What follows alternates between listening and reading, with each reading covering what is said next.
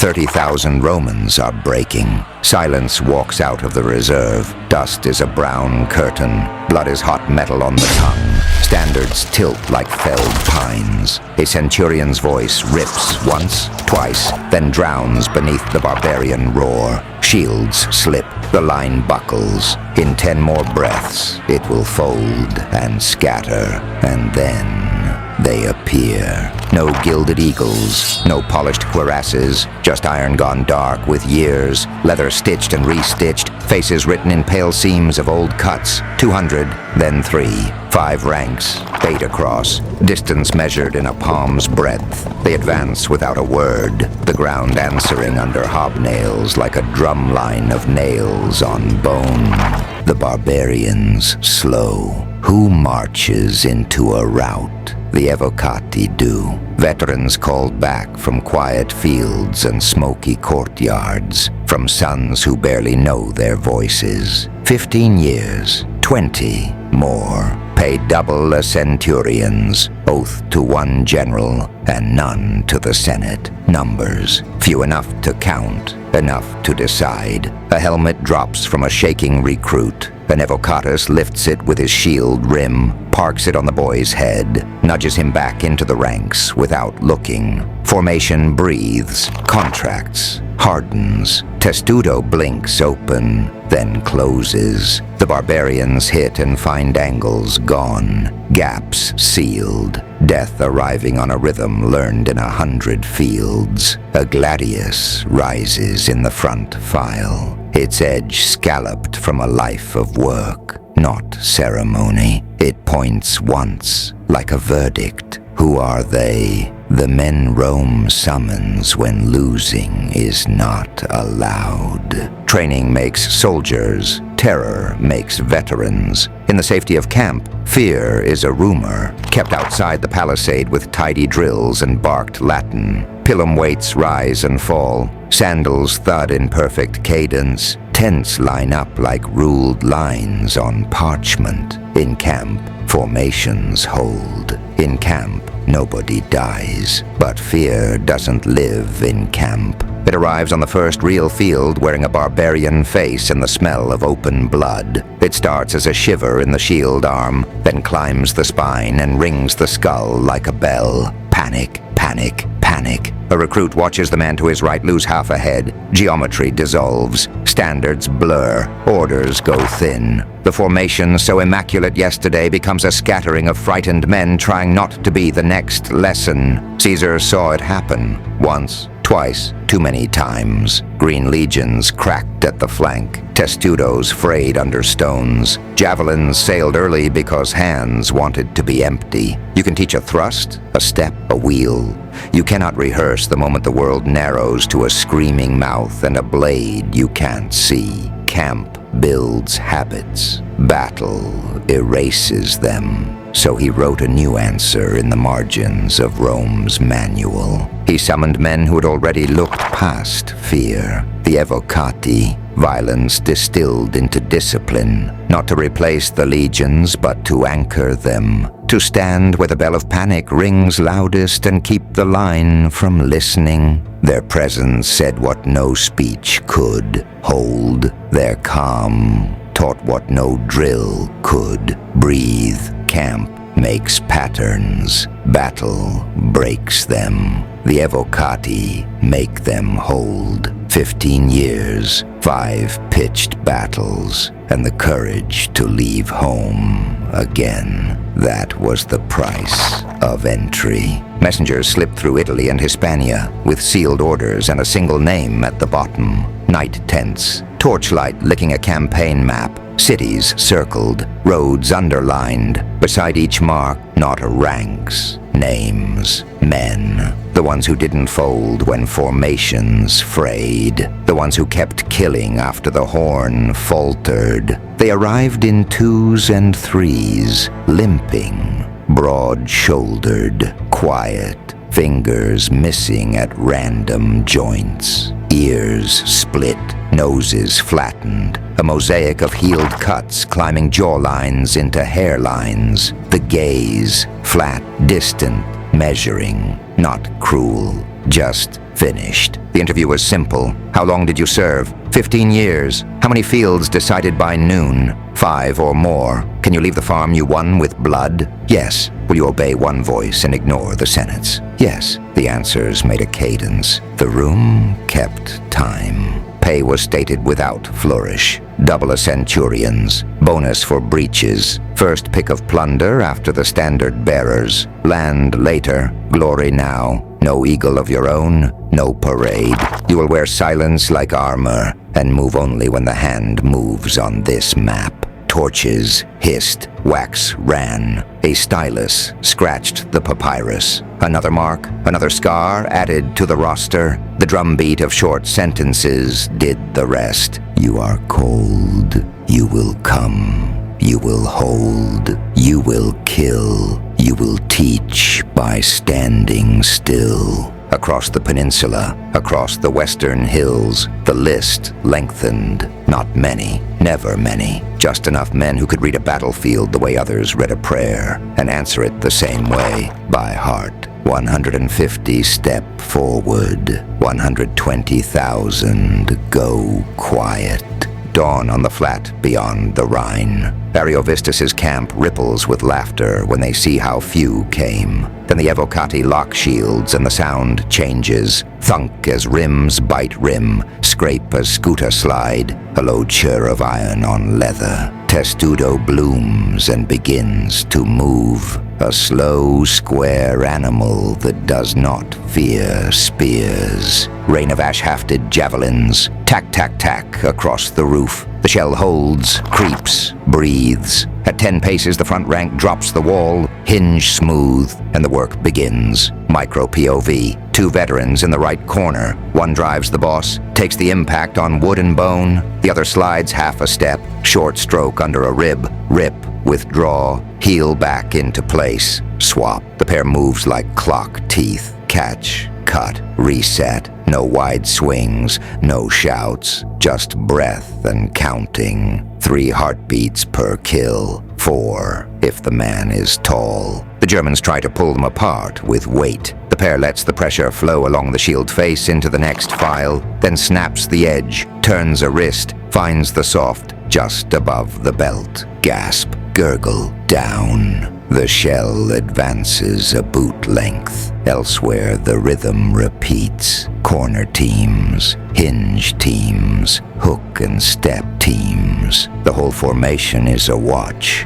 Gears meshing, minutes shaved off men. After 2 hours, the laughter is gone. After 3, 800 bodies mark a red avenue through the camp. On a snapped command, the Evocati reverse like a tide, shields back to back, withdrawing the way they came. No chase, no trophy belts, no raised blades, only silence and the geometry of departure. Message delivered. This is not courage. This is craft. Bring an army, and you will still be on time for death. 10 Evocati per legion, not to command, to contaminate. They arrive without rank stripes or speeches, just scarred hands and a chalked board. Day 1, no formations, no pretty wheels. Read the ground, the oldest says, tapping ruts and dew and ant trails. If the earth is whispering,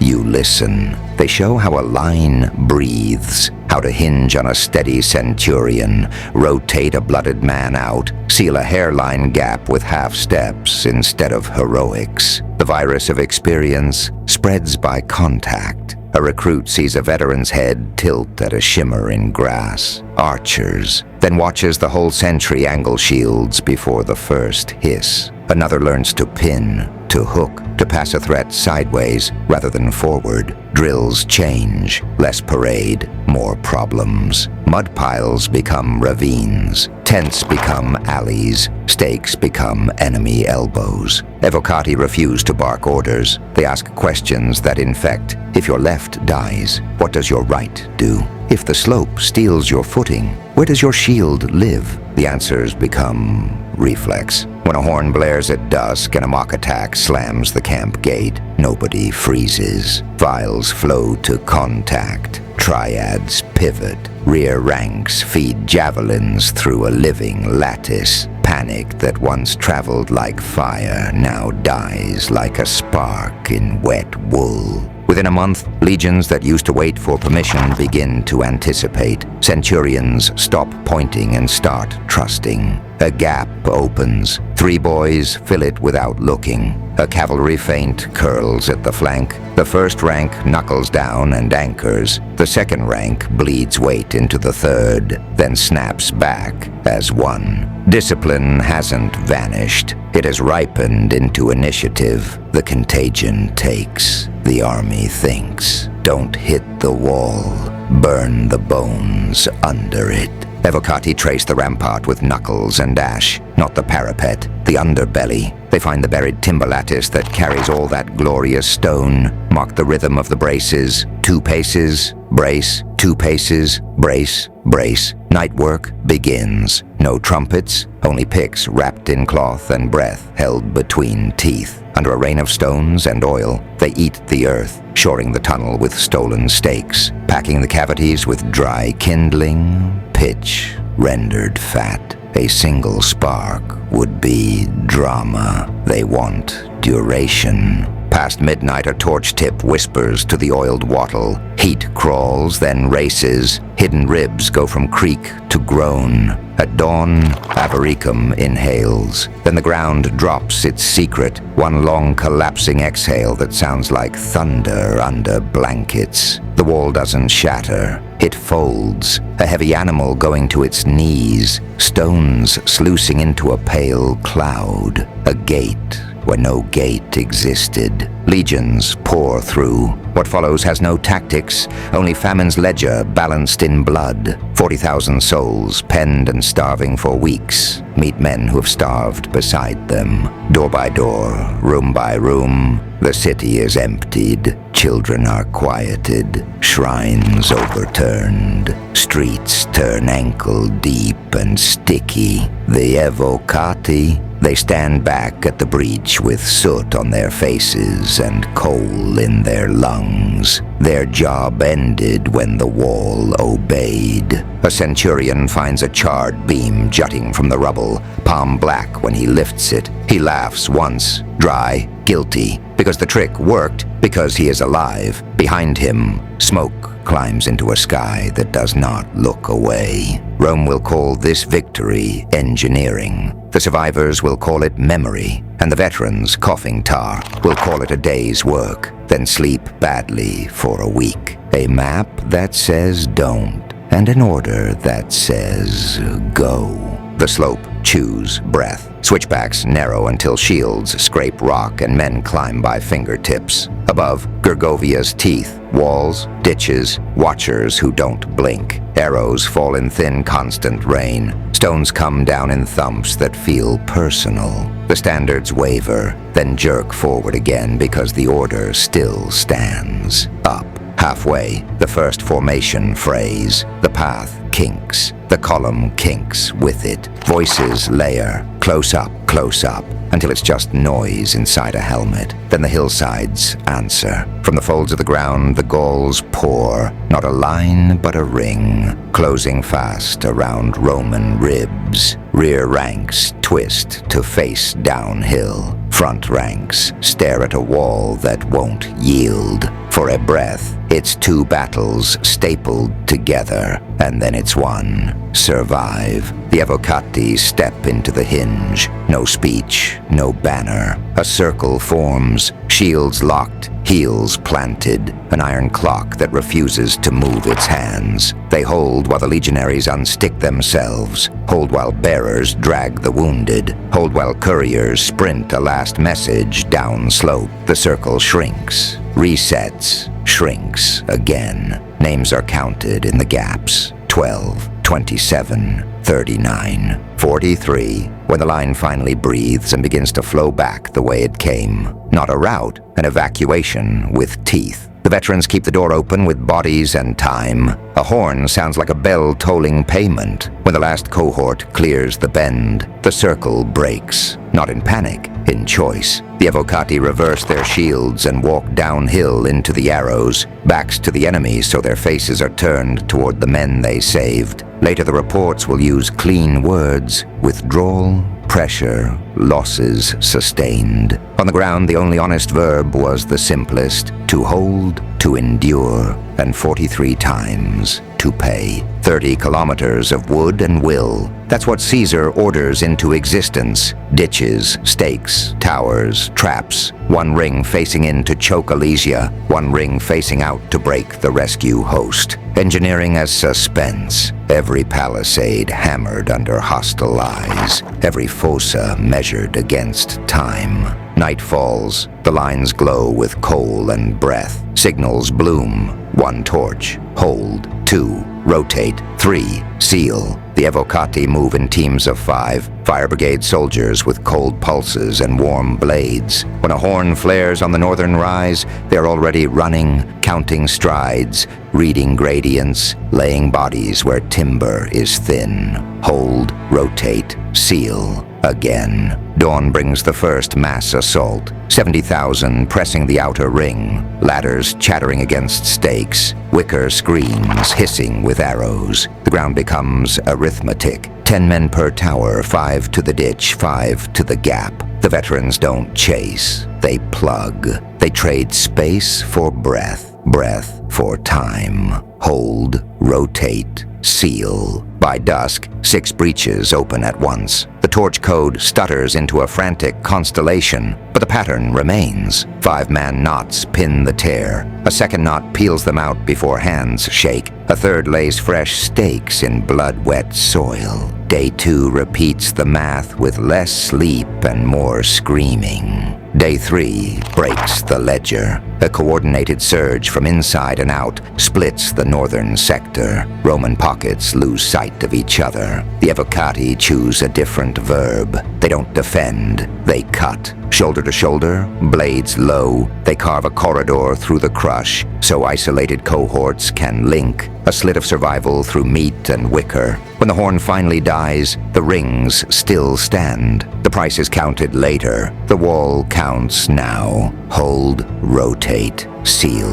Pharsalus begins with horsemen and ends with knees cut out. Pompey spreads 7,000 riders on his right, silk banners and easy confidence. The plan is textbook. Smash the thin Roman cavalry, roll the line, spear the rear. Trumpets, dust, hooves like drums, tat, tat, tat, tat, swelling to a thunder you can taste. Caesar's front bends but does not break. His horse screens fall back by design, showing rib and throat. Then the curtain lifts. Evocati step from the dust in tight files, not for riders, for legs. They aim low, not glory strokes at breastplates, but workman cuts at tendon and joint. Gladius under the belly strap, hook, pull, knees fold, weight collapses. Horse screams and iron screams with it. The charge turns into a heap. Muscle, leather, men piling on its own momentum. Percussion carries the scene. Chop, crack, thud, breath, grit, blood. A veteran pair moves like clockwork. One shield high to blind, one blade short to hamstring. Switch, repeat, advance, half a pace. Spears splinter. One shaft snaps across a horse's croup and hangs there, a jagged flag of failure. Pompey's wing tries to shear off, but retreat needs space, and space is gone. Stalled mounts rear, thrown men crawl and meet edges. The Roman cavalry that was meant to die wheels back in, jabbing the mass from behind while the Evocati chew the front to bone. Pressure finds the seam, and the seam becomes a rip. With the right collapsed, the infantry line opens like a door on Pompey's flank. Caesar pushes through the hinge. The battle that should have ended with encirclement ends with inversion. The trapper trapped, the riders on foot, the foot on top. 23 knives, no shields allowed. The law says no weapons in the Senate, and so the most dangerous sound in Rome is paperwork. clerks murmuring, sandals on marble, a rule observed. The Evocati halt at the threshold. Hands on hilts they are forbidden to carry, eyes on their general's back as it disappears into a chamber that smells of oil and ink. Inside, civility arranges murder, petitions lifted like flowers, a circle that tightens one polite step at a time. Trebonius draws Antony into chatter at the portico, harmless phrases as shackles, doors, breathe, shut. Then the silence tears, a first cut at the neck, shallow, messy, chairs scrape, togas whip, knives appear from folds like vipers from urns. Caesar turns, catches a wrist, shoves a shoulder, makes space with nothing but stance and fury. For a blink, the greatest soldier alive is winning bare-handed. Then the rest join. 23 times the law is obeyed and broken in the same breath. The Evocati hear only the muffled struggle. They pound the barred leaves with empty fists, wood booming like a funeral drum. By the time the doors give, the room has arranged itself again. Senators panting, papers scattered, the statue of Pompey looking down, and at its base, a crumpled shape, a toga soaked through, pooling scarlet at the conqueror's bronze feet. No battle cry, no last order, just administrative silence settling like dust on a corpse. The veterans do not wail. They count faces. They fix names. Casca, Cassius, Brutus, into a ledger that will be balanced later. The law kept them outside. Memory invites them in. They don't parade. They hunt. Antony sends quiet riders down Italy's roads with a single sentence: come back. The veterans answer with travel-stained cloaks and expressionless eyes. Pay chests open. Ledgers close.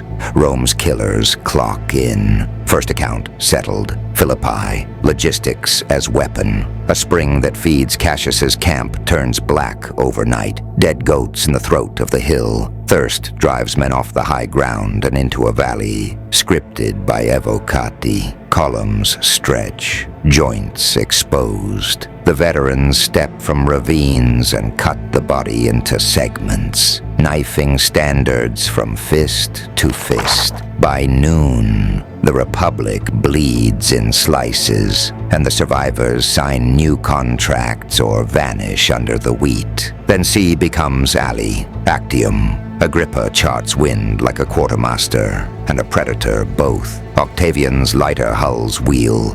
Boarding hooks flick from shadow like shoplifter hands. Evocati treat decks as streets, bulkheads as door frames, ramming space into corridors and forcing knife-range fights. They ignore captains and aim for oarsmen, for the muscle that moves the machine. One galley at a time, the horizon shrinks, until Cleopatra's purple sails lift and Antonio chooses love over formation. The line collapses backward, and Rome's future rides the wake. After vengeance, the shape changes. Augustus keeps the veterans who cannot sleep without orders and files them into an institution. Rolls, pay scales, fixed billets on the Rhine and Euphrates. The private edge is ground into public steel.